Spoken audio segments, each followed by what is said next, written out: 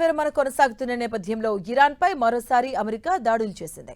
Hormuz జలసంధిపై నుంచి వెళ్తున్న నౌకలపై దాడులకు పాల్పడుతున్న ఇరాన్ బలగాలను తమ దళాలు లక్ష్యంగా చేసుకున్నాయని యుఎస్ సెంట్రల్ కమాండ్ వెల్లడించింది.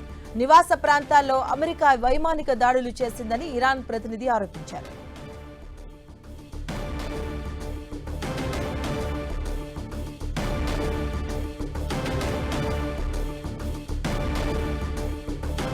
కాల్పుల విరమణ కొనసాగుతున్న నేపథ్యంలో ఇరాన్పై మరోసారి అమెరికా దాడులకు దిగింది. హర్మోజ్ జలసంధిపై నుంచి వెళ్తున్నటువంటి నౌకలపై దాడులకు పాల్పడుతున్న ఇరాన్ బలగాలను తమ దళాలు లక్ష్యంగా చేసుకున్నాయని యుఎస్ సెంట్రల్ కమాండ్ వెల్లడించింది.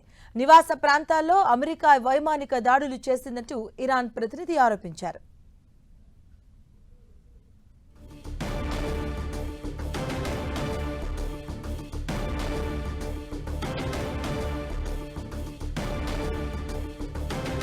ఇరాన్పై మరోసారి అమెరికా దాడులు చేసింది. ఇరాన్ బలగాలను లక్ష్యంగా చేసుకుంటూ కూడా అమెరికా దాడులు చేస్తూ ఉంది.